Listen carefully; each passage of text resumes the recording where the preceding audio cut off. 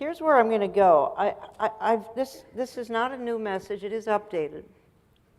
And as we've already discussed, because events are just changing continually, you can have a message one week and literally a day or 2 or 3 or 4 days later, I mean, it is outdated. You've just got to keep adding to it and updating it. And I have had an interest in the issue of the forming global government. And it's called all sorts of things. Globalism, one world system, the New World Order. And I put this message together 2-3 years ago, and as I've just said, I just keep updating it because of new info. And so I'm going to share with you a kind of a perspective on how this global one world system has been in process for thousands of years. And I think we got to kind of wrap that around our brain for a minute, because, and it's Antichrist system that goes back almost 5,000 years. We'll see how. I'm going to trace the roots of it here tonight. And it's just simply hidden in plain view, because it is in plain view, the New World Order in Bible prophecy. And the Bible talks about a united earth. Talks about it particularly, and we'll get to it in a minute, because Revelation obviously talks about a system, one world, Revelation 13. We'll even read that in just a little bit. But there are certain tools Satan is using to bring this system in. And let me just go through a few of them. It would be obviously secret societies. It would be, he's using communism, he's using socialism to bring about globalism. He's using dozens of organizations. We'll talk about the UN for a few minutes tonight. That's just one of many, literally. He's using international banking. Now, you probably say you're starting to sound conspiratorial. If there's a conspiracy in the Bible, which I believe the conspiracy of this one world system is outlined in the Bible, then I'm going to talk about it. And if it sounds conspiratorial, so be it. It's using the open borders crowd. It's using Christian front groups. I could name them, but in the interest of time, I won't name them. It's using the media. It's using education outfits. And it's using a term that wasn't used much before the 2016 election. It's using the deep state.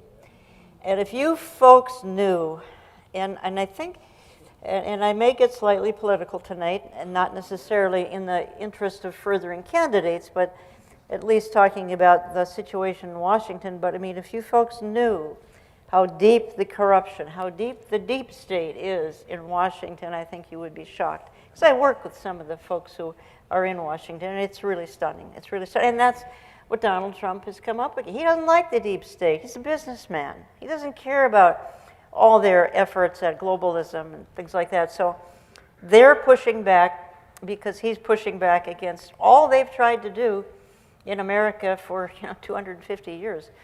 All right, there are two big obstacles in the way of the in the way of the globalist agenda. The two big obstacles would obviously be America and Christianity. And we have all sorts of individuals, all sorts of institutions, all sorts of organizations. I'll name a few of them. You're looking at one of the prime movers and shakers, and that would be George Soros. I'll get to him, more about him in a moment. So here's what happened. In 2016, it really came down to a conflict between a globalist, Hillary Clinton, and a nationalist. And Donald Trump is on record saying, I'm going to look out for Pittsburgh, I'm not interested in Paris, and he means that. He's looking out for the interests of Americans and isn't all that interested in the globalist agenda, just quite the opposite with Hillary Clinton. And he said, we will no longer surrender this country or its people to the false song of globalism. Now, on the other hand, again, and I'm pointing this out, you've got on the other hand his opponent, Clinton Global Initiative, so it should be pretty obvious. One says, I'm not interested in the globalist, I'm interested in nationalism, and the other has a global initiative. So you can see there was a huge conflict. And I think that the ultimate conflict of 2016, and it was quite a year, and now we're going into another election cycle as we speak, and I think it's going to be every bit as intense. And one of the reasons the left trying to throw him out of office, our president, is again, he's not cooperating. He's not cooperating with an agenda. He's just not, here, Breitbart, New York Times columnist, that's Friedman, pleads with the globalist billionaires to save the nation from Trump.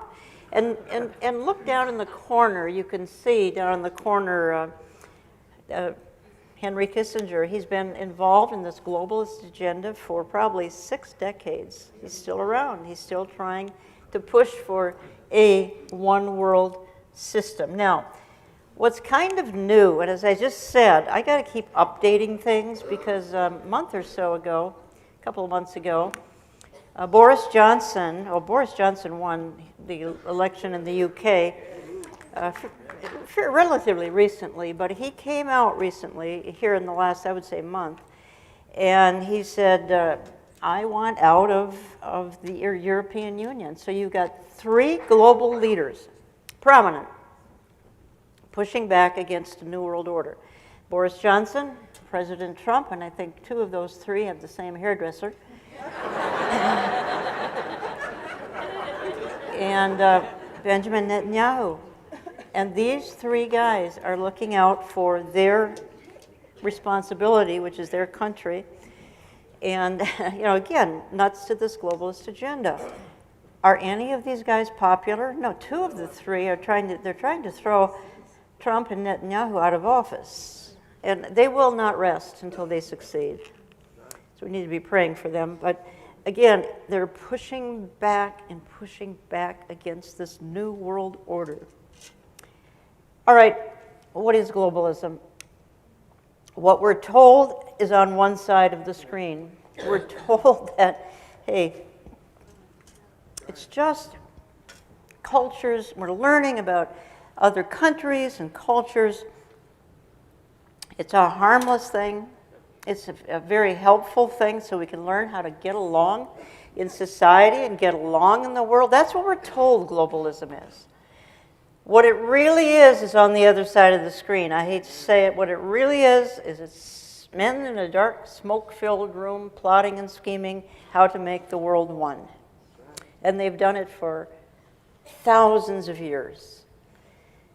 Do they know they're plotting and scheming Antichrist's kingdom? I don't know, because I can't sit down and talk with these tens of thousands of leaders throughout time, probably hundreds of thousands, front and behind the scenes people. I didn't know them, and it goes all the way back so many years, so I don't know if they know that their agenda is absolute evil. I don't know. I think some do. So it began, as we all know, it began in ancient Babylon. That was the first effort at one world. How did that work out? What did God think about that? He didn't care for much, and that's an understatement. Nimrod would have been the first globalist. Now, I find this kind of an interesting. This is a painting. This painting goes back to 1500. Peter Bruegel. And it's used in promoting Europe, many tongues. Europe, many tongues, one voice. But notice in this painting, this is the Tower of Babel, painted in 1500s by Bruegel. Notice the pentagrams above, that they're satanic pentagrams. Now, I didn't come here tonight with lots of happy, good news, because what we're dealing with here is dark. We're dealing with people trying to form Antichrist's empire. How can they be good people? How can this be a happy talk? It is not a happy talk. But at the same time, it's right out of the Bible. Sorry, it's right out of the Bible. Therefore, I think we need to understand it.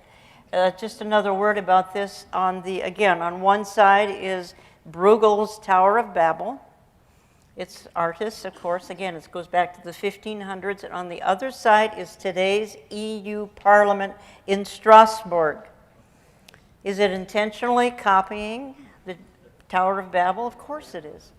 So they know what they're doing. They know what they're doing. They know they're trying to, duplicate the Tower of Babel. They know they're trying to establish a global government. They know.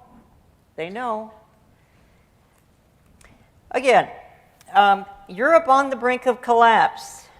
The empire European castle of vassals is crumbling right in front of our eyes. That's really true. Here's just a Time magazine. It says how nationalists are joining together to tear Europe apart. Europe is coming undone. It really is. And this is a couple of years old now. Polish experts. Europe is at the end of its existence. Western Europe is practically dead. Why is Western Europe practically dead? A couple reasons. Number one, immigration. Borderless kind of a continent. The biggest reason Europe is nearly at the end of its existence, and America, please don't do the same thing, is it threw God out 60 years ago. It just decided, he doesn't really go with our agenda. And so the churches are now closed. The churches have been turned into mosques. Crime on the streets, it is not safe in Europe. I mean, that's an understatement. And Europe is a broken system. So what the globalists did in 2017 was they elected this young man. At the time, he was 39 years old. That's Emmanuel Macron, France's new president in 2017. The globalist empire strikes back in France. So the globalists installed this young man in 2017, hoping that maybe he could unite Europe.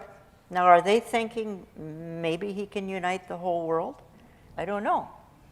I don't sit around those smoke-filled tables. Here's The Economist magazine asking, is this Europe's savior? They have him walking on water. Now, who's underwater? Is that Theresa May or Angela Merkel? You can see somebody's underwater. I don't know who's underwater. You can't see it very well. It's a little dark there and there, but here you can see somebody's underwater. I don't know who that is. Obviously, there's hidden meaning there. So the Gateway pundit says his impact on the world could be massive. Okay. So people are noticing Emmanuel Macron. Now, I mean, when he came into power in 2017, everybody was paying attention. Now he's had well over 2 years to mess things up, and he is. But I think they still have their eyes on him as perhaps the future leader, at least of Europe, maybe not the world. So let's just I'll read a couple of verses here out of Revelation 13, verses 6 and 7. And it opened its mouth to utter blasphemies against God, this would be the beast, blaspheming his name and his dwelling, that is, those who dwell in heaven. Also it was allowed again the beast to make war on the saints and to conquer them, and authority was given it over every tribe and people and language and nation, and all who dwell on the earth will worship it. Now, so what's not hard to understand? Every tribe, every people, every language, every nation. That's just about everybody other than those who are getting saved during the tribulation. Those are the saints referred to. The church is in heaven. So those who are getting saved during the tribulation, that's a separate category, but everybody else taking that mark and worshiping the beast, every tribe, every people, every language, and every nation. And I think that's on the horizon. I really do. I think it's on the horizon.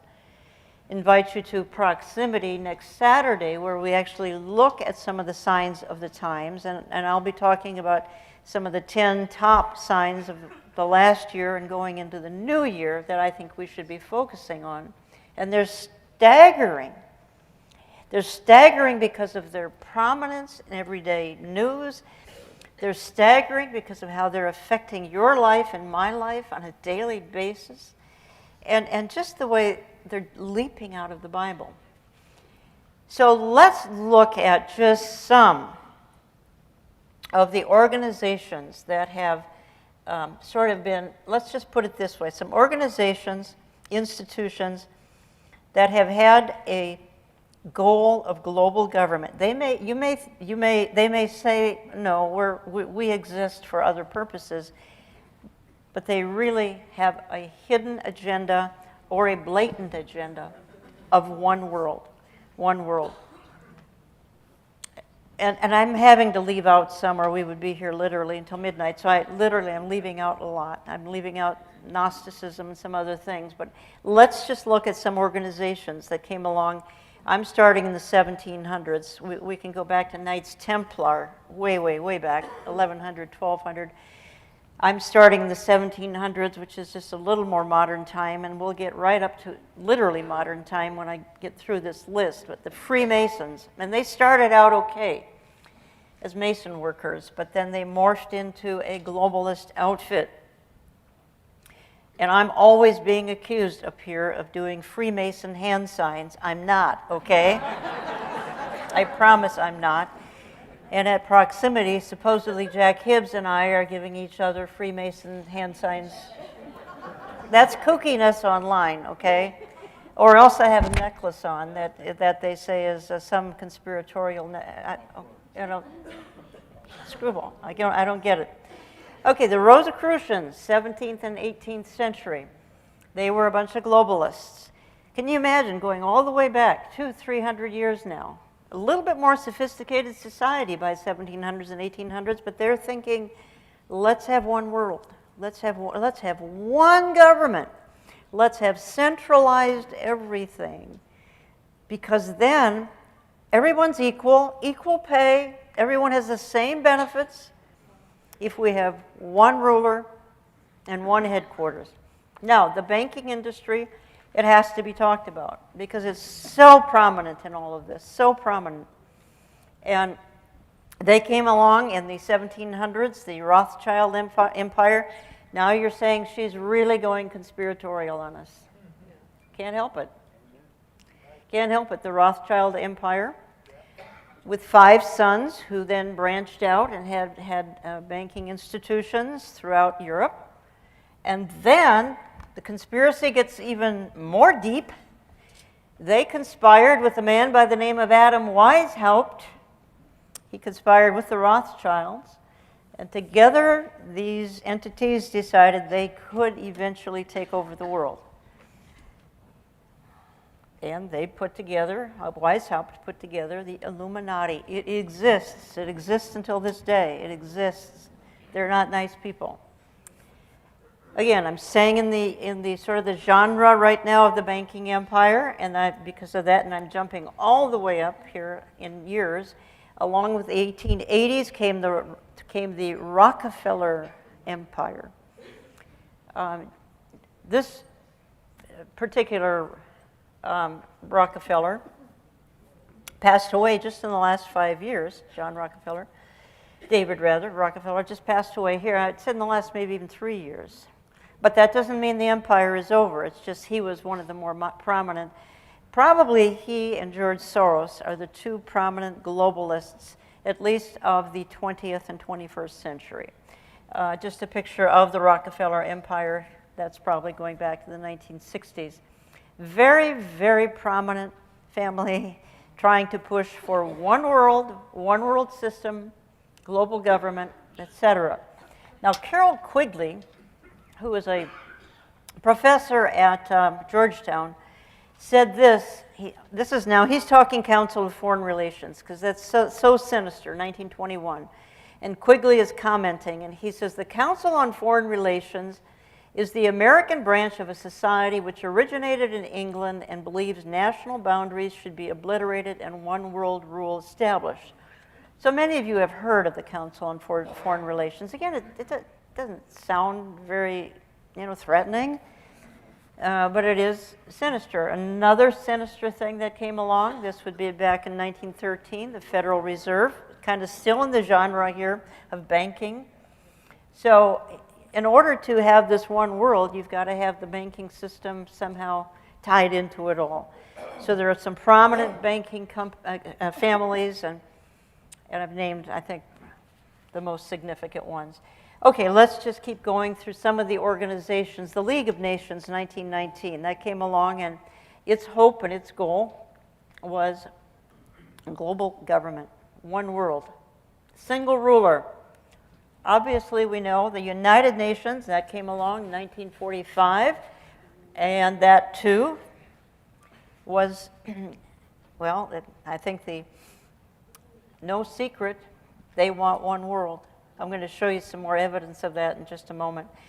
What is Agenda 2030 rather?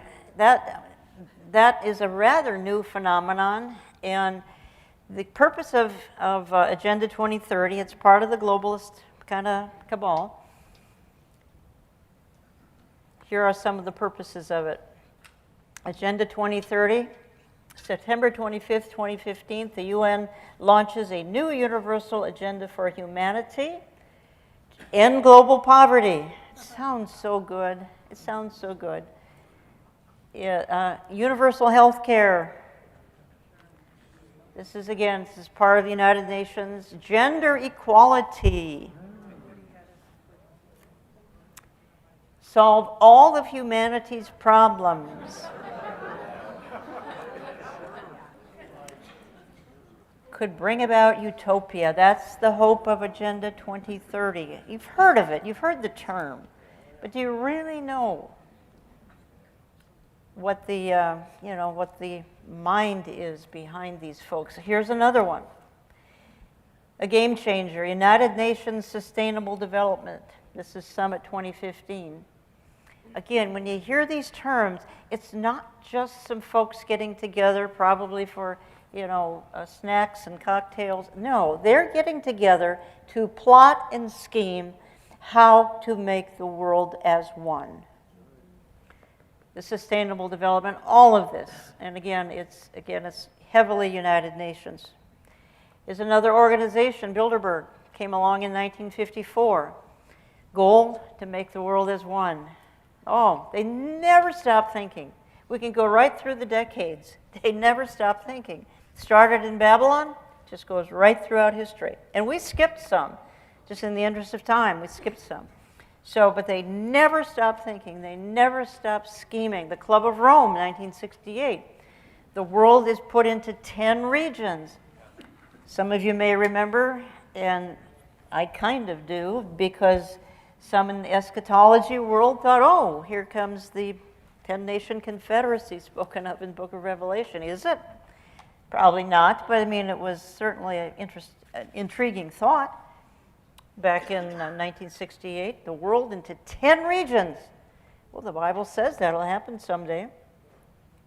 We're jumping up here to 1973, the Trilateral Commission. Again, we've got David Rockefeller, Zbigniew Brzezinski, and this is all about cooperation between North America, Western Europe, and Japan.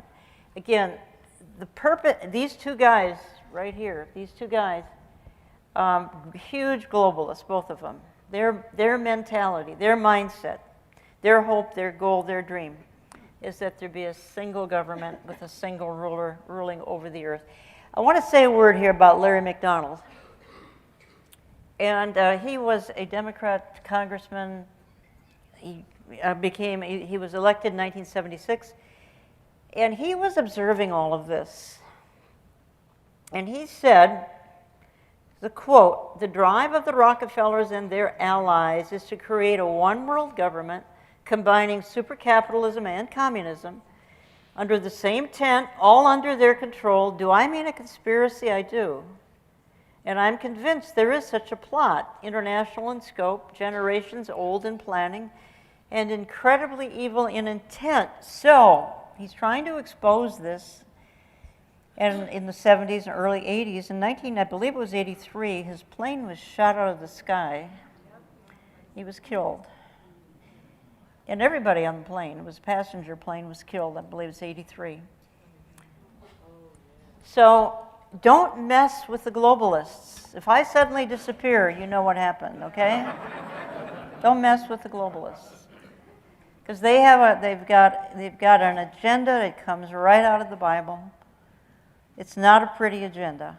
And I'm going to get to a few issues here in just a moment that will be, I think, a little bit more, make my point a little bit more graphically than I have up to this point. Henry Kissinger, the New World Order cannot happen without U.S. participation. Yes, there will be a New World Order, and it will force the U.S. to change its perceptions. Well, I would say certainly in the 20th century, this man was the prominent player, but there are many. Again, the Rockefellers, there's just many players. Some of them more prominent than others, and some of them more vocal than others. And here we come, 1991, and back to David Rockefeller.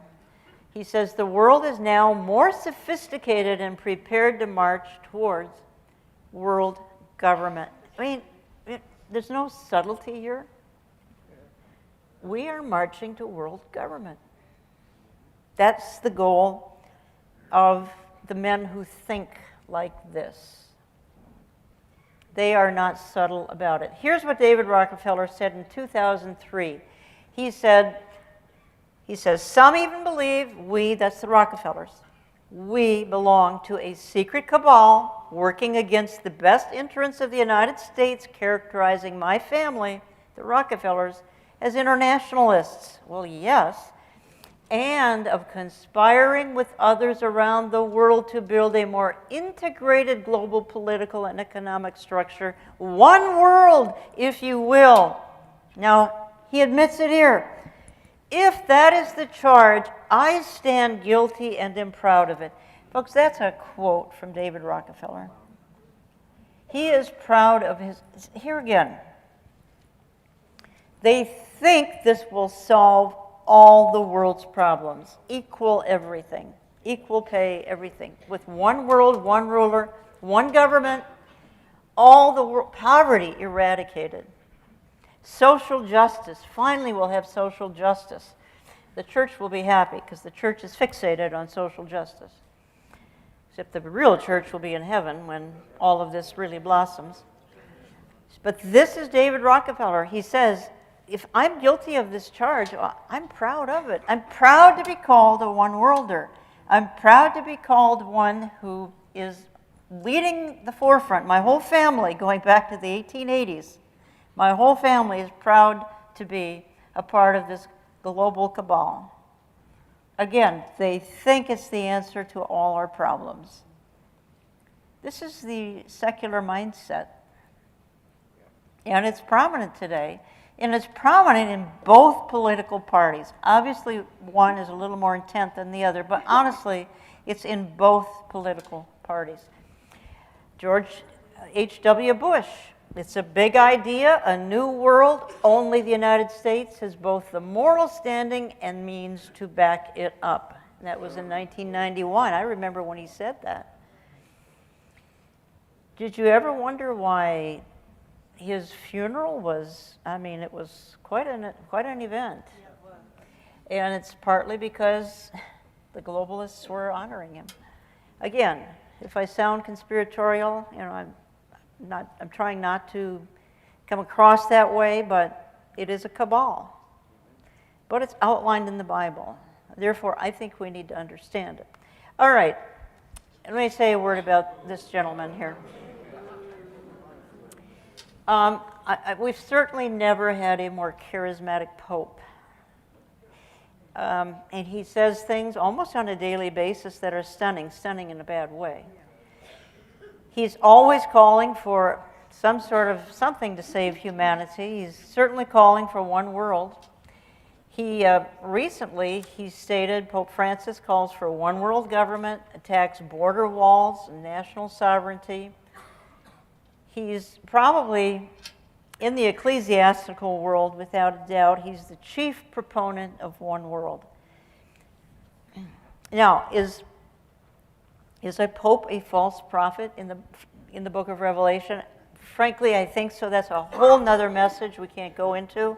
But I think, and it may not be Pope Francis, but I think if it isn't him, it could be a successor. Your pastor, Pastor Tom Hughes, has a couple of messages that are totally appropriate and cutting edge, looking at this fellow. I've just sat in a conference with him where he shared one. So when you hear discussion about a pope and a pope's end-time role, you really need to pay attention.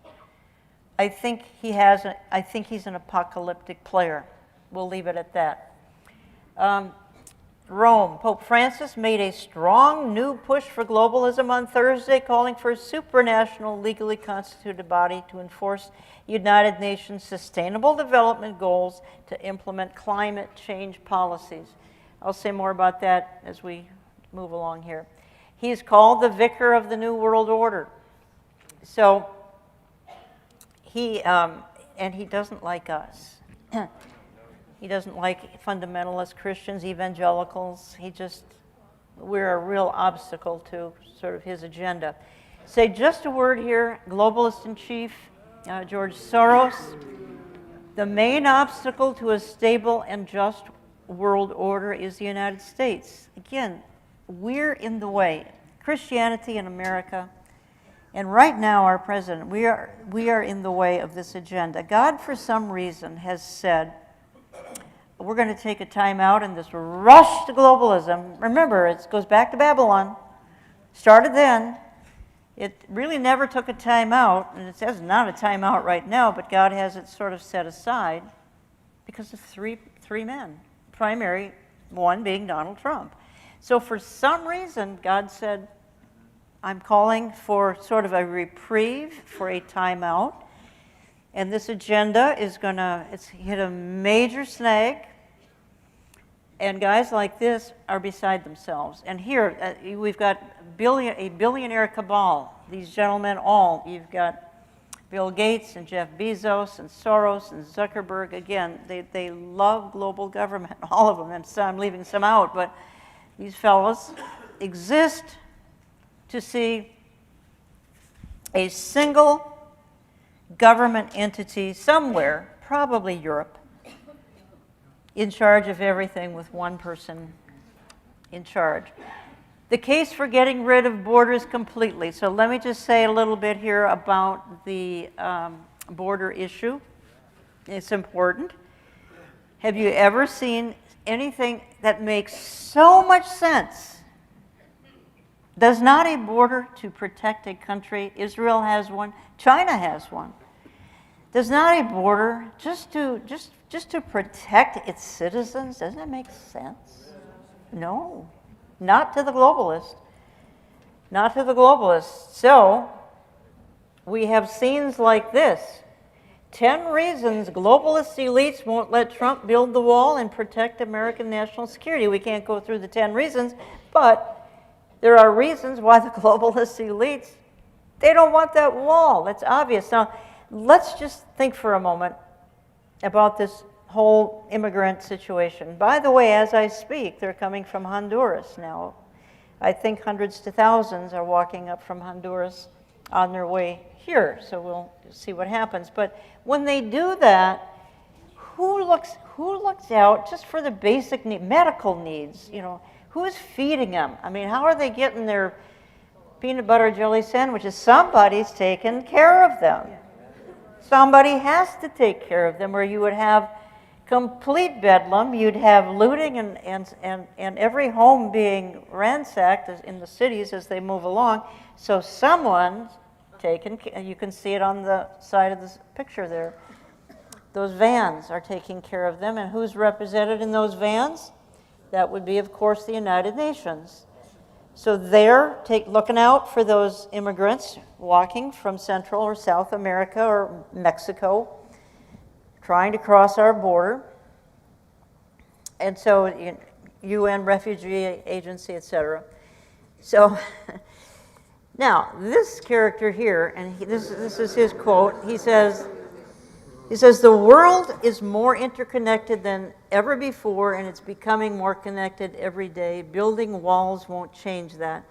Well, again, it's the secular left, and certainly there are some on the right who aren't wild about borders. Again, it's just common sense that you want to protect your people because very often criminals and worse, MS-13, gang members coming across our southern border.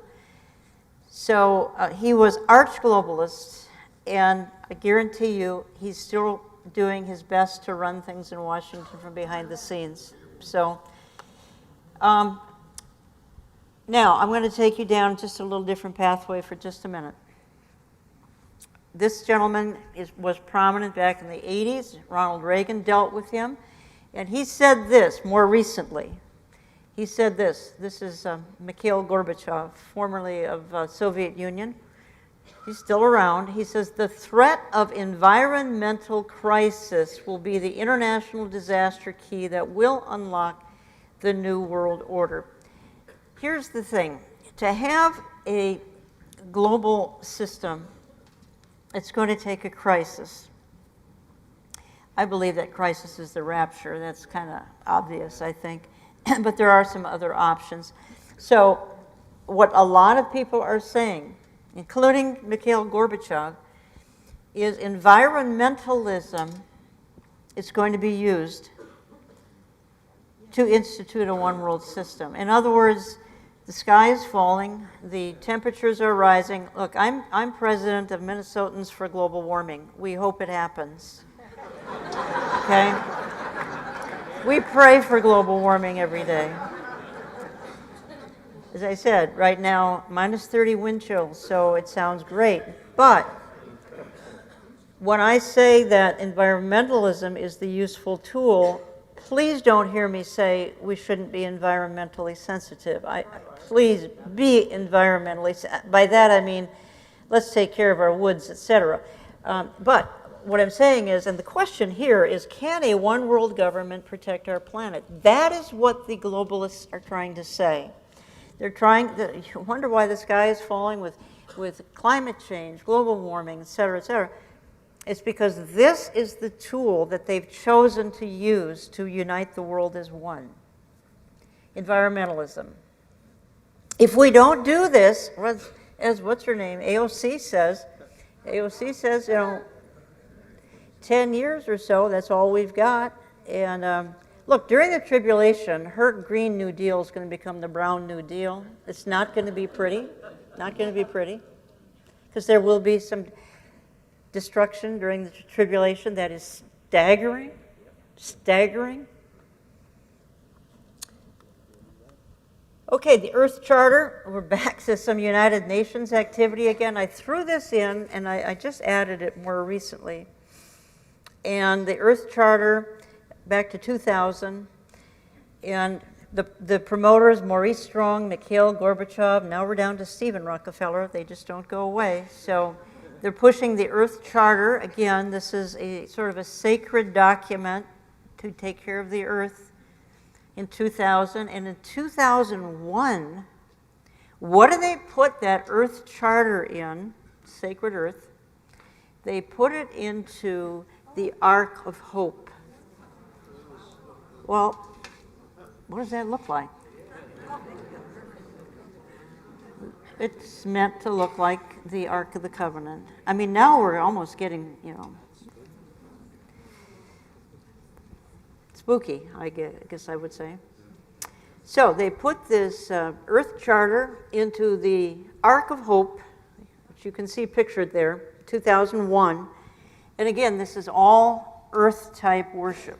Now remember, what does Romans 1 say? It says that there's coming a time when people will, well, they'll worship the creation, not the creator. Well, we're there. We're there. And that's not to say that the creation shouldn't be important to us, but worship it? That's what's happening. That's how they've gone not just a step too far, but a mile too far. All right, here, just a couple of headlines.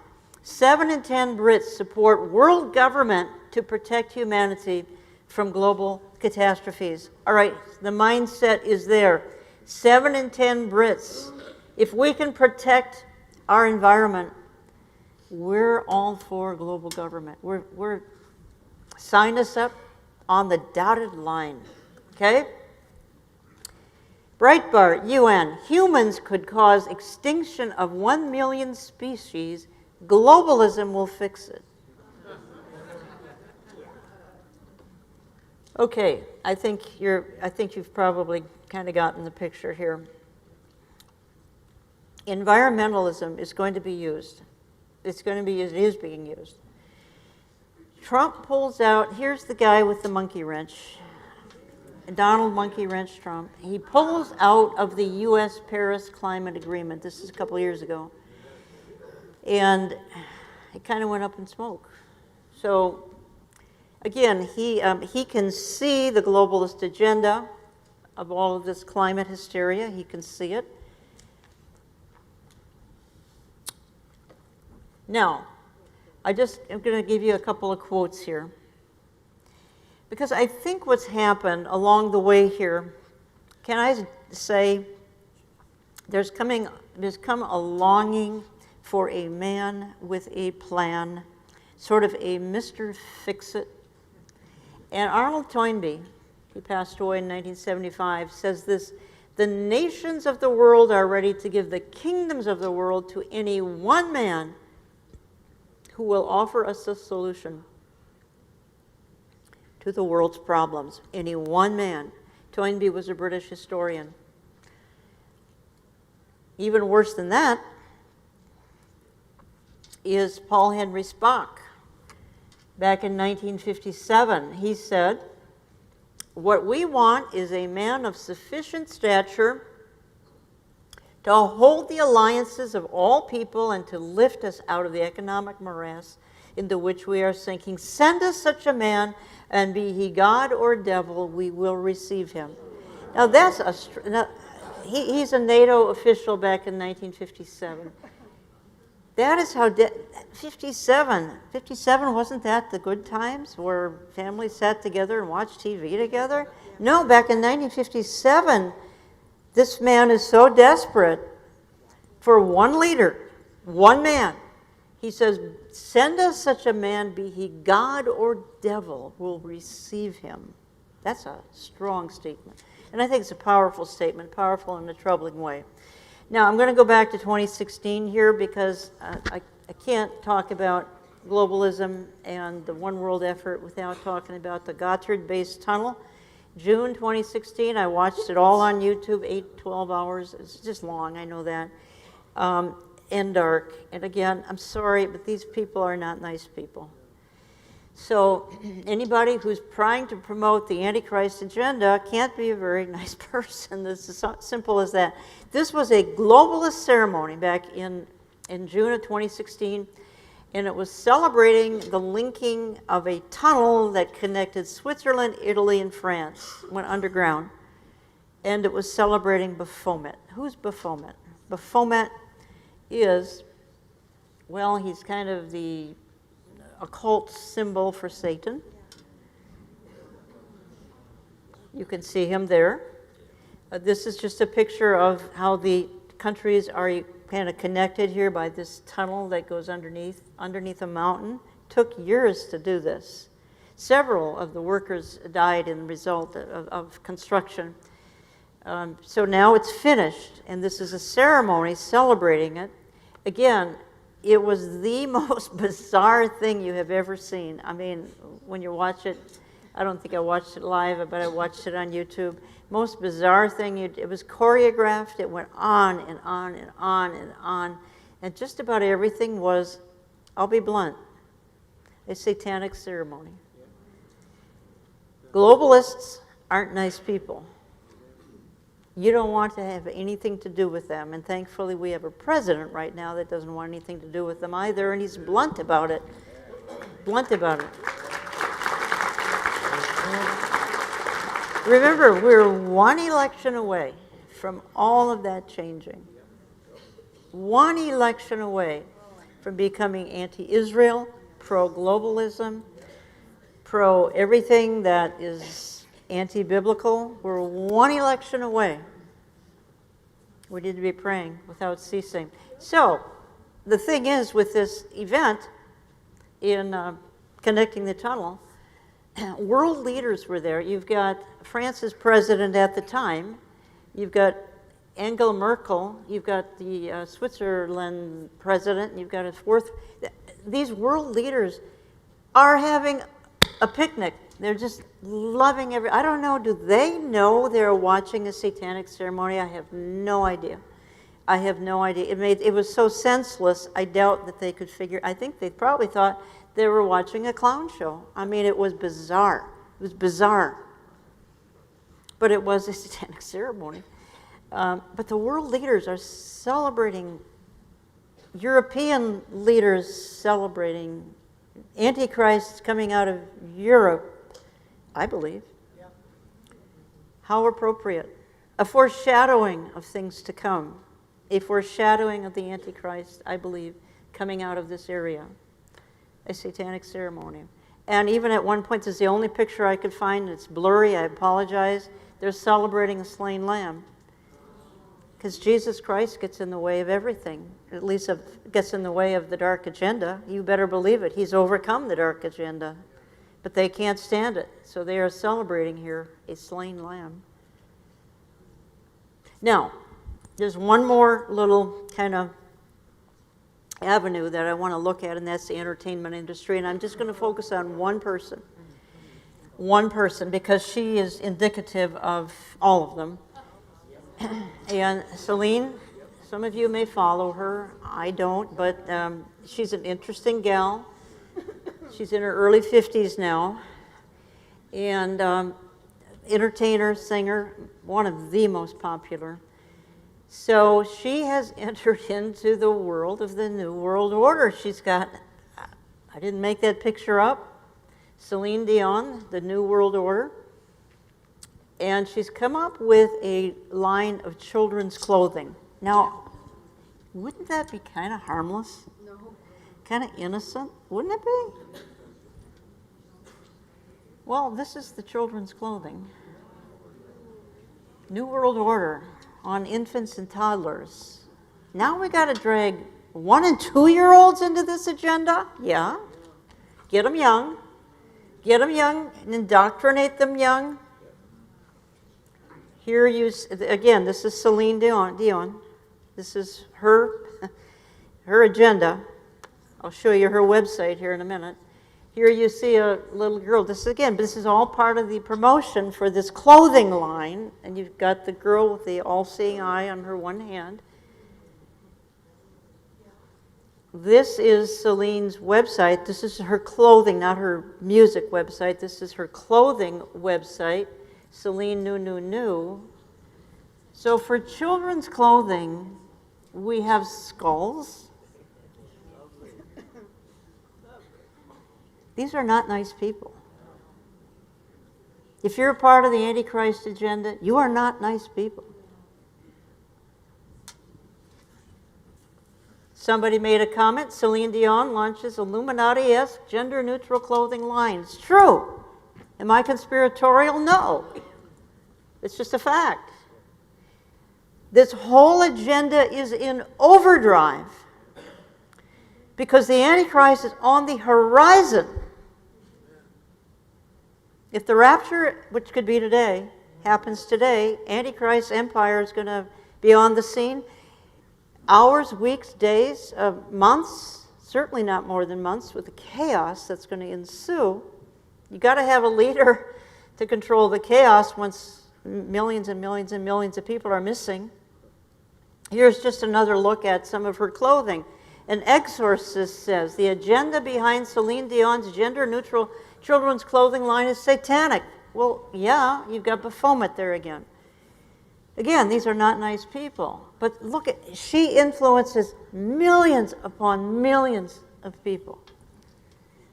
And she's a part of the Antichrist empire, or at least trying to build it up, trying to make it happen. Does she know that? I don't have tea with her. I don't know. I'd love to interview her and ask her some probing questions. One more little area I want to get to here is the Georgia Guidestones. Have you heard of the Georgia Guidestones in Georgia?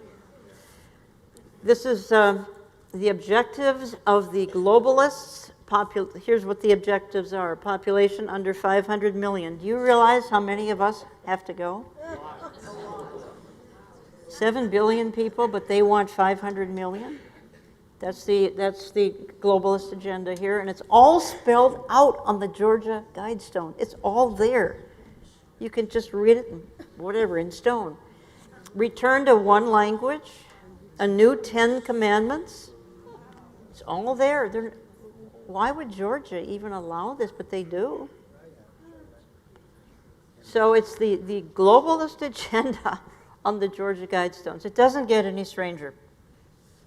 Okay, there was a World Government Summit in 2019. Look, this is just common conversation that the secular world and some within the church who don't know any better, which is a lot of people in the church, they don't know any better, think again, let's go to a World Government Summit.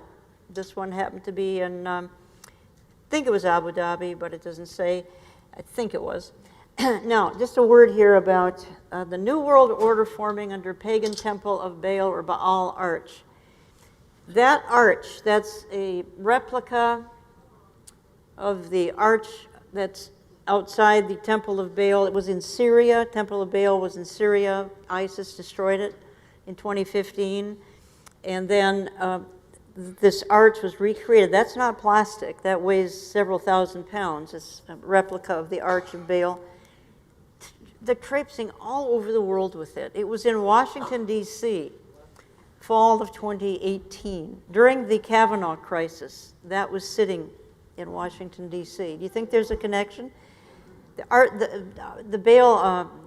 temple of Baal was perhaps the most wicked place on earth at one time.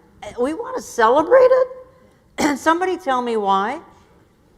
And it's a symbol of the New World Order, the pagan temple of Baal or Baal. Okay, just one, again, the Green New Deal, the globalist plan to destroy American sovereignty. So when you keep hearing about the Green New Deal, again, the tribulation will be the Brown New Deal, because during the tribulation is when they're going to need the Green New Deal. I'm not, again, the disasters during that time, they're unspeakable. So, to be honest, Australia is a foretaste right now of the tribulation. Pray for those people. Some may be watching online. Pray for them. It breaks my heart, but okay. So, Russia says a new world order is being formed. They throw this term around like, it's just common everyday language. Well, it is. It is. To the godless world, this is everyday language. Okay, the problem with it all is that the seeds of destruction are built in. Because one world apart from God is not God's will. Jesus Christ must rule. So I don't care whether it's Babylon, it'll fail. Whether it's United Nations and their schemes, that will fail.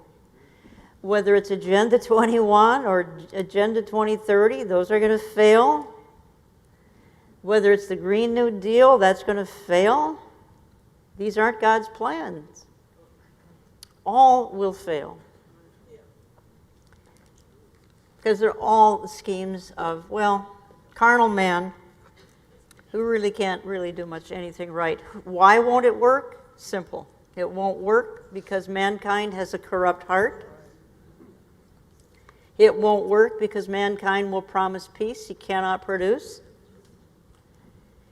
It won't work because evil people are the architects. Now, let me just give you a list of how they plan to implement this, and then we'll kind of wind this down. But they have, let's just say they have a very extensive plan to initiate and institute the New World Order. And it involves some of the following, and I can't list everything: socialized medicine, gun control, big government, of course, has to be big government, high taxes, population reduction, get us down to 500 million. Are you selected to live or die? I don't know. Immigration, cheap labor, open borders, it's a part of the agenda. This is how we implement global government, one world system. These are bullet points. Affordable housing for everyone. Remember, global government will step in and offer all of this. See, this is the panacea to all the world's problems, equal everything. Environmentalism, again, we've already covered that. That's part of the plan. Increase the debt, that's part of the plan. Increase poverty, that's part of the plan. International welfare. Class warfare. No religion but a single pagan religion. Okay, that comes inconvenient in the book of Revelation. Destroy the family.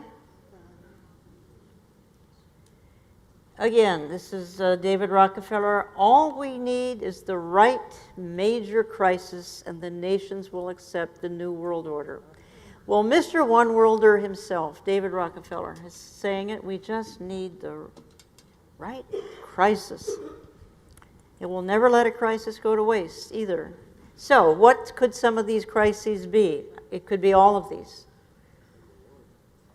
Could be financial, though right now things are looking extremely stable throughout the world. That can change in a heartbeat. Could be terror-related crisis.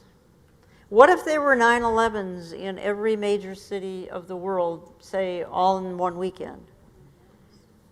Well, don't we have to have a system of government that will micromanage all of and talk to each other so every city knows around the world, every city will answer to a global leader who can stop this kind of terror attack?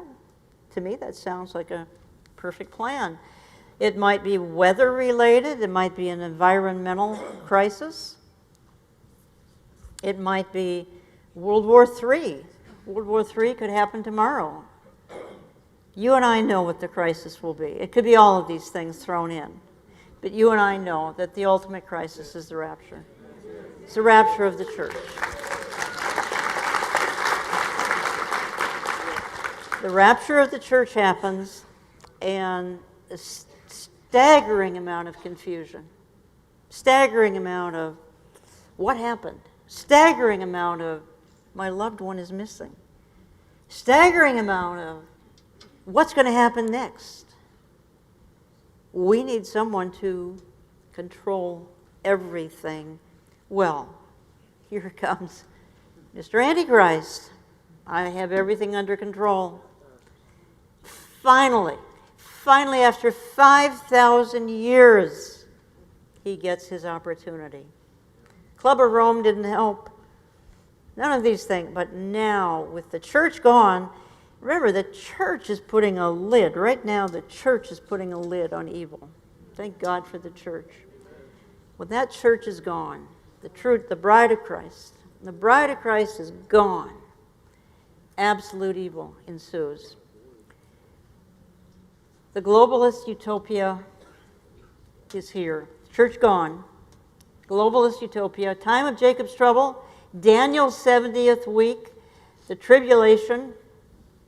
I talk about this on my current radio program. Listen on our YouTube channel. It's the easiest way. We're on lots of stations, but right now talking to Pastor Barry Stagner about the time of Jacob's trouble, the purpose of the tribulation. There are multiple purposes for the tribulation. Finally, these folks get their empire. Their one world scheme finally comes through. The tribulation. Can you imagine? Way to go, guys. You've schemed for this for thousands of years. You get 7 ignominious, miserable years, which is going to be hell on earth. You finally get your empire. I hope you're happy. Have fun. I'll be having fun in heaven.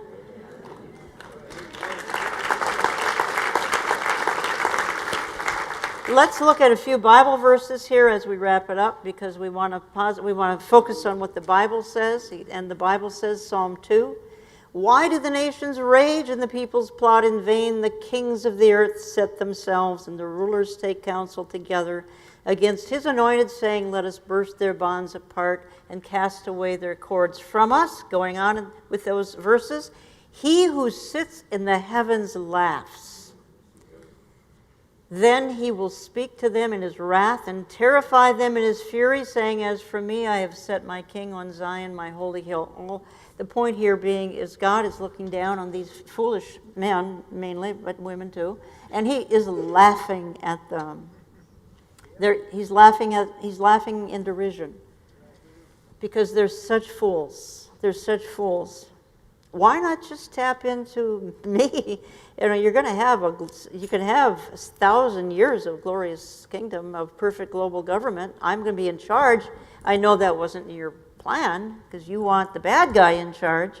Doesn't work out very well for you. Ephesians 6:12.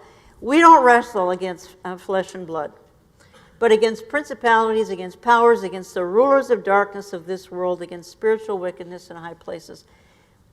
We are not wrestling against flesh and blood here, but principalities and powers from hell, quite frankly, that have been a part of this scheme going back to Babel.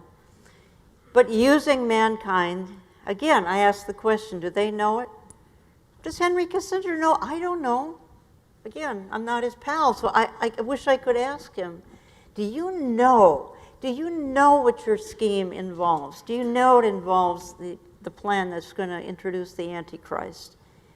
I'd like to hear it from their own voice. So we're dealing with rulers of the darkness of this world, spiritual wickedness in high places. Psalm 37, fret not yourself because of these evildoers. Be not envious of wrongdoers, for they will soon fade like the grass and wither like the green herb. Okay, world government, it's coming. You and I are going to be a part of it. We're going to be a part of the kingdom of Jesus Christ ruling out of Jerusalem. It's called the millennial reign of Christ. It's going to be 1,000. Hey, guess what? It works. It works. The other plans, no. It's 7 ignominious years of hell on earth. And they tried for 5,000 years to get it. They get their 7 years. They'll need that Green New Deal, but the millennial reign of Christ, not only perfect, and I hope I get to take care of the animals. I hope I can. They're all getting along. They're all getting along. Perfect harmony. This glorious verse in Revelation 11:15. Then the seventh angel sounded, and there was loud voices in heaven saying, the kingdom of the world has become the kingdom of our Lord and of his Christ, and he will reign forever and ever and ever and ever.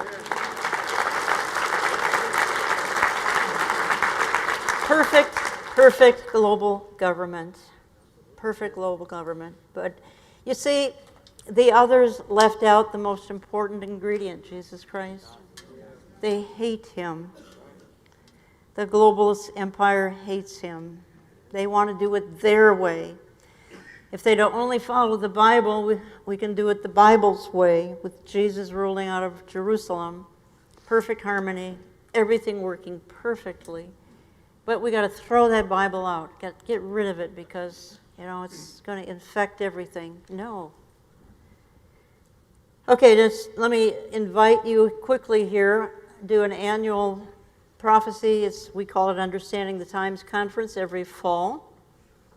And this coming fall, September 26th, 27th, invites you, if you cannot, it is Minneapolis, Minnesota. Amir Sarfati, Jack Hibbs, Pastor Barry Stagner, Joel Rosenberg, and Michelle Bachman. And tickets go on sale next summer, and we keep them extremely reasonable.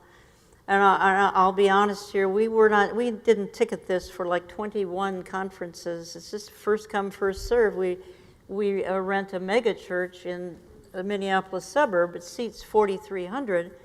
In 2016, In a venue of 4,300, 6,300 people turned out in 2016, and then 2017, same thing happened. And then it was overwhelming, and not in the best way, with lots and lots of crowding problems. And we were a fire hazard, and the church said, you know what, you've got to ticket your event and limit attendance. You think the remnant out there isn't interested? Are you kidding me? Are you kidding me? They're interested. Now, is a corporate church, whatever, the main Baptist church down the street, not picking on Baptists, that's my background, but is that hold? Are they really, really into this topic? Probably not. Probably not. But there's a remnant that love it, that want to understand the times. The sons of Issachar were men who understood the times and knew what Israel should do. I do believe we need to understand the times, because God wants us to know what we're to do here in these last of the last days. What a privilege to be born for such a time as, and a challenge, to be born for such a time as this. So it'll be live streamed if you can't attend, as most of you can't. It'll be live streamed at no cost. September 26th it will only be live streamed. Saturday 26th, there will be activities Sunday. Go to my website, olivetreeviews.org, for all the info. Get on my newsletter lists, e-print. It will keep you updated. I'm going to say a word about radio here. I love having your pastor on. I put him here so I could embarrass him. Isn't that a lovely picture of him? Listen, I get so many listeners when Tom's on with me. It's fantastic. Understanding the Times Radio, we're now on 900 stations, lots of networks. Easiest to just watch it on YouTube, and new program posted every Saturday morning, and oneplace.com, mobile app, etc. And we talk about ways that you can understand. First of all, we talk about what's going on, and then how you can understand the times from a biblical perspective. That's the purpose, is to look at things from a biblical perspective. So I have lots of good guests, and we talk about hopefully, some interesting topics. How many of you have heard the radio program out here? So at least half of you have. That's great. Thank you so much. Okay, so again, this is the website, and we've got articles are posted daily. The radio program is archived on the website. If you just want to go listen online, we've got 3 or 4 years at olivetreeviews.org. Now, probably the most important part of my message is my close. Because there may be someone here tonight who you're even thinking, well, maybe I'm going through this tribulation thing that we're talking about here, because I don't know, how do I avoid it? Well, you avoid it. If you're a blood-bought child of God, you avoid it. And if you're not, then I encourage you tonight, turn your life around, please. Romans says, all who call on the name of the Lord Jesus Christ will be saved. Just tell them you've really kind of messed your life up. You want to start over. You want that new life in Jesus Christ. And if you'll do that, just a silent prayer now or on your way home, you escape not just the eternal fires of hell, but that terrible tribulation that I've been talking about. That's the goal of the one-worlders, is the tribulation. But it's hell on earth. And following hell on earth is literal hell, without end. Can you imagine? Think of the worst trial you've ever gone through, and then move that into hell, because that's without end. And you just don't want to be there, and you don't have to be, because of what Jesus Christ did on the cross. He paid the price so that you don't have to go there. Just ask him to turn your life around, that you want him to be your Lord and Savior tonight, and you avoid the terrible eternal fires and then the fire of the tribulation as well. I hope I've summarized, again, the globalist agenda. It's thousands of years old, it's intense, it's detailed, it's evil, it's dark.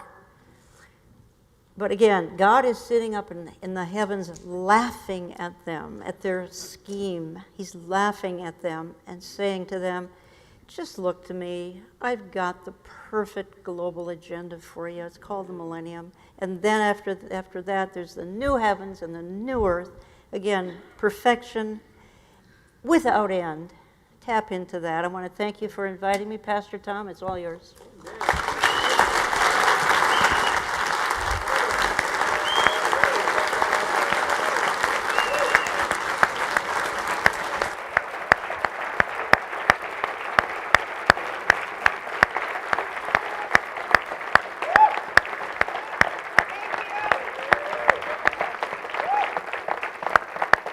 Thank you so much, Jan. I think they want you to come back. So you can escape Minnesota, you know, in the winter again. Thank you so much. That was terrific. And I will say this, I never knew that about those environmental things being put into an Ark of the Covenant. That's just crazy, especially in light of what you said with Romans chapter 1, worshiping the creation rather than the Creator. That was a fantastic message.